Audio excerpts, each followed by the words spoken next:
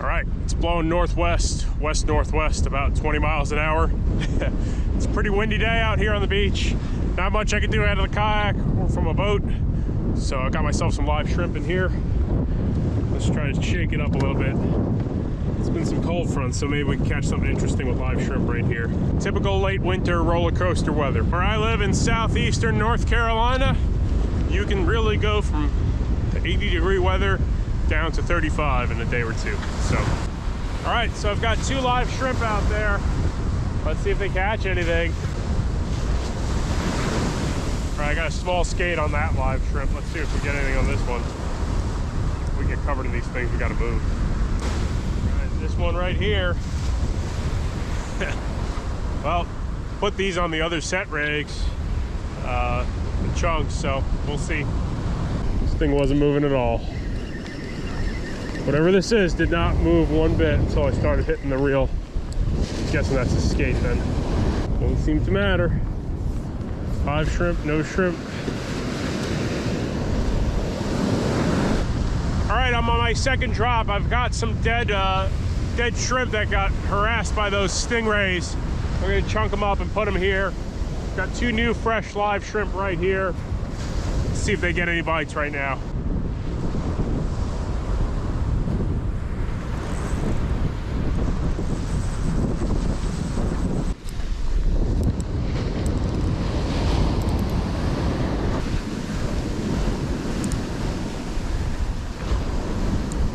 Double header, huh? You know what I'm gonna get blessed with right here?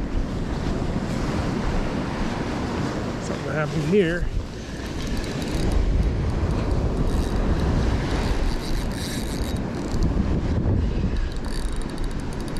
This one's something different. This is not a ray. So let's see what this is here.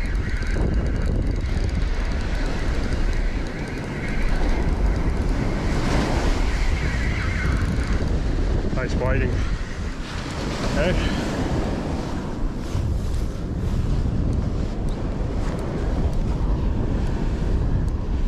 Double header of whiting and stingray just now. Let me get my pliers to unhook that stingray. And we're gonna keep this guy for dinner. So nothing on the live shrimp yet, besides a couple rays. Your southern ray, I'm okay on eating one. I've heard they're edible and I've tried them years back. There's better fish to eat is basically my point here. It's been pretty much the average size, I'd say. 15 inches or so. So these guys have plenty of nice fillets on them. I'll keep them 15 and over today. Just put a couple in the freezer. I seem to be picking more of those rays with the live shrimp. Messing with this joker.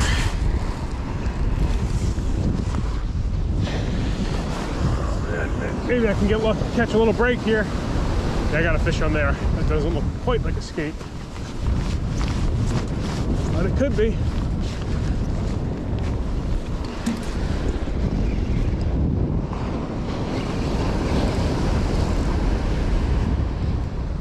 Better fish.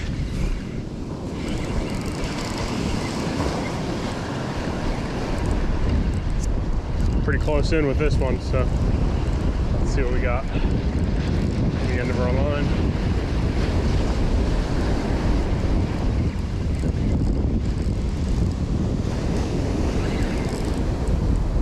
Fighting. Okay.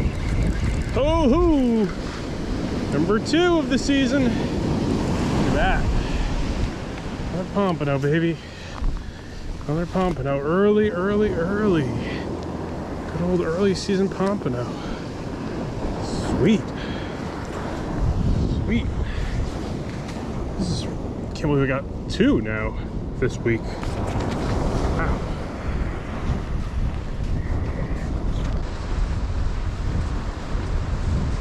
Lightning strikes twice, I guess.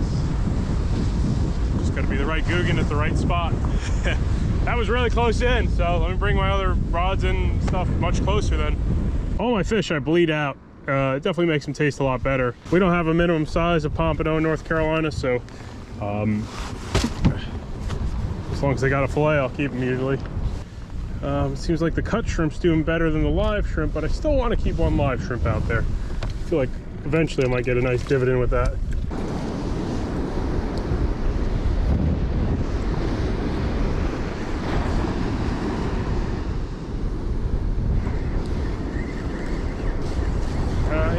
ain't no skate. It's a puffer fish. Oh, it's a big one.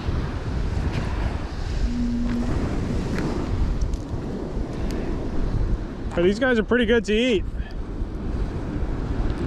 Much better than the skates. We'll see if I really just start picking these guys heavily. I'll keep a few, kind of turn them into chicken drumsticks. They're good, but I don't need the meat that badly. Oh, pal. This one's not a... Let's see what this is here.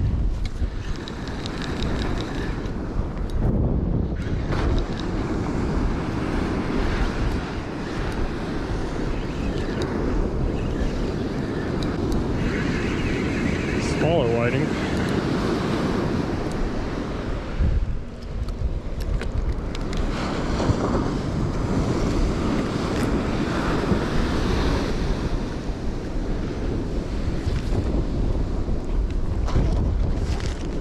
All right, so this guy hooked kind of deep, so we'll have to keep him. But that's okay, we can keep him. We can either use him for bait or we can eat him. Ain't nothing wrong with that either way. So let's get him on the ice. Get them in the cooler. We're getting a couple non-skate bites now.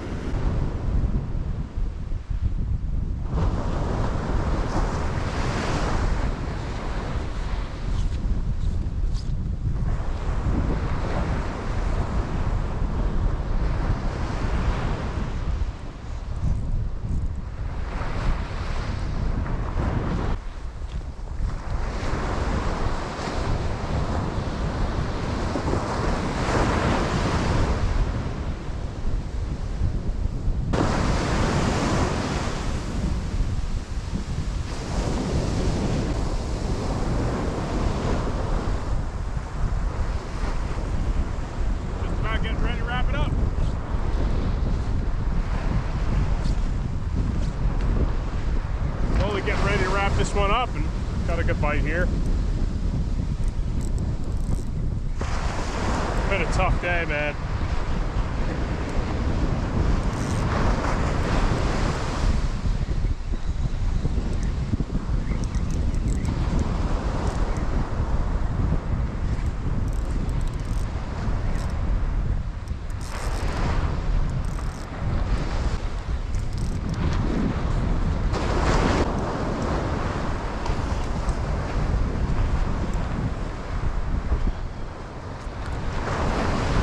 Virginia mullet, proper name locally. I called them sea mullets in my last video and probably other videos. The sea mullets have stripes on them, or typically the southern kingfish. The Virginia mullet, or Gulf kingfish, or whiting as they're called in Florida, they're the silvery ones with the black spot on them. Excellent to eat. Could be used for chunk bait too. I'm gonna get this guy on ice. I'm starting to pick fish in really close, but this is a really tough bite. So, stick it out for a little longer. Ooh. Getting bites now, man.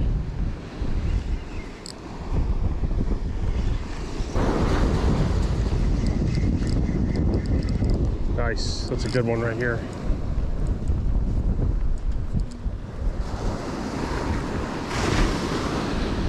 You know, I want to tell you a little story. I'd say 4 or 5 years ago, my wife and I came down here and we fished these beaches, and I let her cast a couple of these rigs out, and I just was not sure, right? And here we go. We're getting bites probably right where this wave's gonna crash, just beyond that. Fishing way too far out. Moral of the story is fishing close. Got ourselves another whiting for the cooler. Thanks, pal. Oh yeah, chunky, chunky. I'm getting more on the float now too. This is good change of pace now. So I'm learning the bites are really happening in close.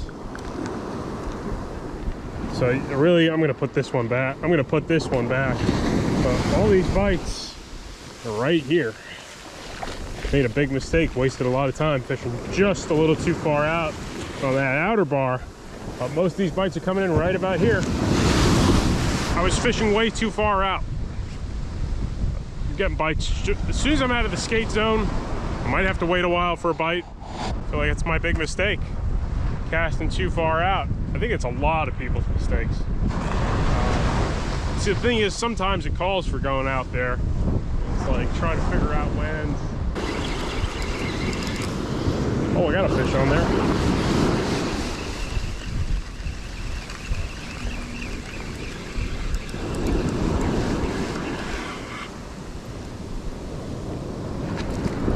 Flounder.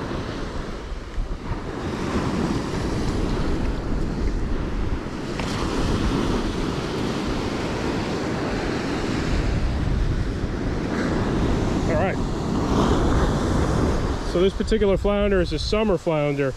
They were supposed to open our Gulf and summer flounder season this March, but they assumed anglers could not identify them.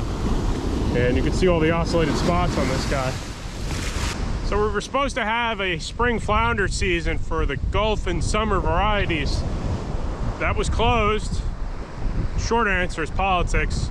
Long answer is a drawn out version that anglers can't identify the type of flounder they're targeting.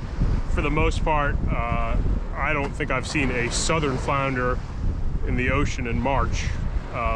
Especially as you get offshore, they tend to be all Gulf flounders. But maybe there's a hiding hole that can get, you know, its teeth kicked in. But anyway, short answer is politics, why there isn't a Gulf or summer flounder fishing season this spring. All right, let's get rods and reels back out there. This is a lot of fun. Let's see what else we can catch. I'd love to get another pompano.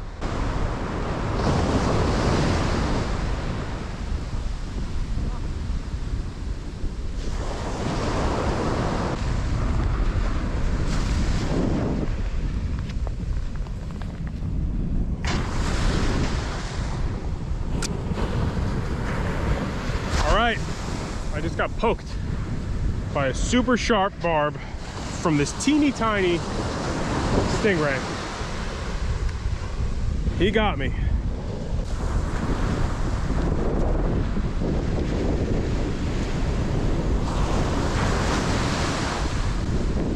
I just literally swung that guy into me to try to unhook him, and that little postage stamp stingray got me.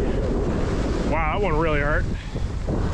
That was the first ray I've ever had hit my hand. Had him in the foot before. It's also pretty bad. He just literally tapped it. Man, that thing is razor sharp back there. It'll grab you and poke right through you like a fillet knife. I'm not gonna kill it. I'm not kidding on that one. Wow, that thing went through there easily. I was trying to be gentle and handle him, you know, handle him kind of gently, but I just swung him right into my hand. When I picked him up, he went whoop and got me right in the palm. It's always the smaller fish that are more dangerous than the larger fish. All the time. I get bit by small bluefish. I get poked by small stingrays, lizardfish. Everything about this big is always what gets me. I've never been injured by anything large. This reel's out of commission. That Penn Battle got jacked up from one of those rays. Same rig from the last video. Swivel tied with a dropper loop. 10 inches a leader or so to a circle hook. This is an offset one. About 18 inches down, second dropper loop, pyramid sinker, calm conditions, 18 inches, another leader, another circle hook. Just always check those circle hook points. They are easy to go dull. Nice fish, nice fish. See, that's not a skate. When you get that boom, boom, boom, boom, boom. No way.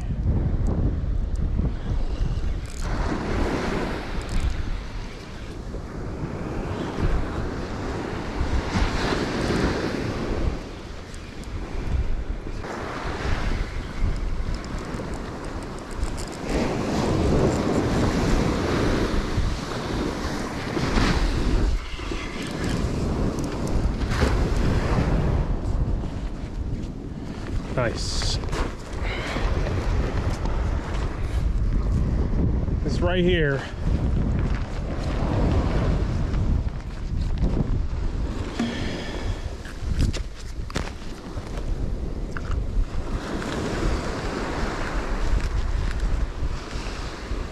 It's an everyman's fish.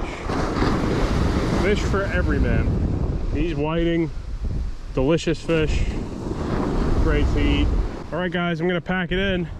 Check the video's description, links, everything used. I'll have hooks. Today I focused mostly on these owner mood tubes. They're not bad. Got these Akuma Cilio rod. That's the rating on it. It is a great little panfish light tackle rod. On that Toadfish 4000, 30-pound braid on it. These rod holders are locally made here in North Carolina. Island Tackle and Hardware has them. They're really nice for lighter stuff. I've never had a problem with them getting ripped out of the sand if I have, you know, no drag pressure. And yeah. Oh, we got one more. We had a lot of cold weather, so the bite's off, confused, inconsistent. Just kind of, yeah, things have changed, so it's not quite as good as it was 2-3 weeks ago for me. So piecing it back together after this cold front, fish are going to be, I wouldn't say displaced, but maybe not quite in the areas they were. So the bite's going to be hard for a little bit. All right, let's pack up the rods, tend to our little puncture wound, and I'll catch up with you guys on the next video. Check the video's description, links, everything used, and we'll see you soon.